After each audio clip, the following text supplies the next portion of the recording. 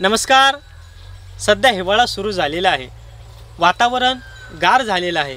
तरी देखील काही व्यक्तींमध्ये तळपायाची आग होणे, सर्व अंगाची लाहीलाही होणं, हातापायाला भेगा पडणं, चेहऱ्यावरती सुरकुत्या पडणं, घशाला कोरड जाणवणं, अगदी सर्दी, पायामध्ये हाताच्या बोटांमध्ये घाम येणं, ज्याला आपण सर्दी देखील म्हणतो. त्याचबरोबर डोक्यामध्ये काही व्यक्तींमध्ये कोंडा होणं, हे जे सर्व लक्षणं आहेत ना, हे आहे आपल्या शरीरातील उष्णता वाढवणे. म्हणजे आपल्या शरीरातील निश्चितच उष्णता वाढलेली आहे. तर अशा व्यक्तींनी नेमकं काय करावं, त्या टिप्स आपण आज जाणून घेणार आहोत. प्रामुख्याने या व्यक्तींनी ताकाचं प्रमाण आपल्या जेवणामध्ये निश्चित असू द्यावं. ताक असेल, दही असेल, ह्या पदार्थांचं सेवन त्या व्यक्तीने नित्य आपल्या आहारामध्ये असू द्यावं. ह्या व्यक्तींनी आपली प्रकृती ही वातनाशक बनू नये याची देखील काळजी घेणं गरजेचं आहे. म्हणजेच त्या व्यक्तीने आपलं पोट साफ होणं फार गरजेचं आहे, ही दक्षता त्या व्यक्तीने घेतलेली आहे, घ्यावी लागेल. कारण आपल्या शरीरातील युरिक ॲसिड जर वाढले तर त्या व्यक्तींमध्ये उष्णतेचे प्रमाण देखील वाढाव्यास मदत होत असते. तर यासाठी काय उपाय आहे, तर यासाठी मार्केटमध्ये अनेक पद्धतीची औषधे आहेत, पण यामध्ये प्रामुख्याने चंदनाचा काढा असेल हा उपयुक्त ठरतो.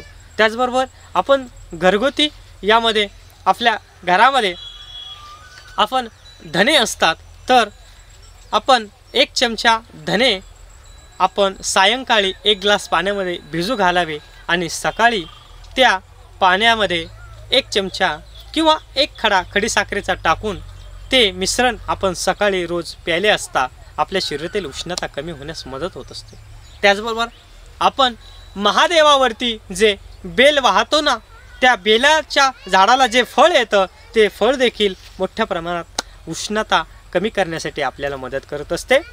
त्या फळामधला गर आपण मधासोबत चाटण घेतला असता आपल्या शरीरातील दाह, आपल्या शरीरातील तापमान, आपल्या शरीरातील उष्णता, आपल्या शरीरात जी जाणवणारी तापमान आहे ती कमी होण्यास मदत होत असते.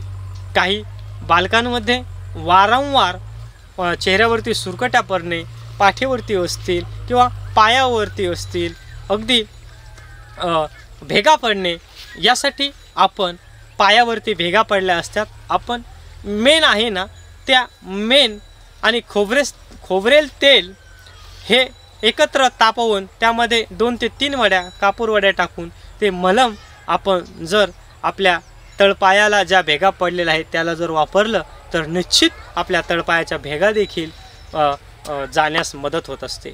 असे उपचार आपण घरगुती केल्यास आपल्याला या त्रासातून निश्चित मुक्ती भेटेल. आणि प्रामुख्याने जो उपाय आहे आपल्या दैनंदिन जीवनामध्ये आपण चहा, कॉफी हे टाळलं पाहिजे आणि या जागी आपण केळी असेल किंवा जे आपल्याला अवेलेबल जे आपल्याला खेड्यातील फळे आहेत ते घेतले असता निश्चितच याचा आपल्याला फायदा होईल.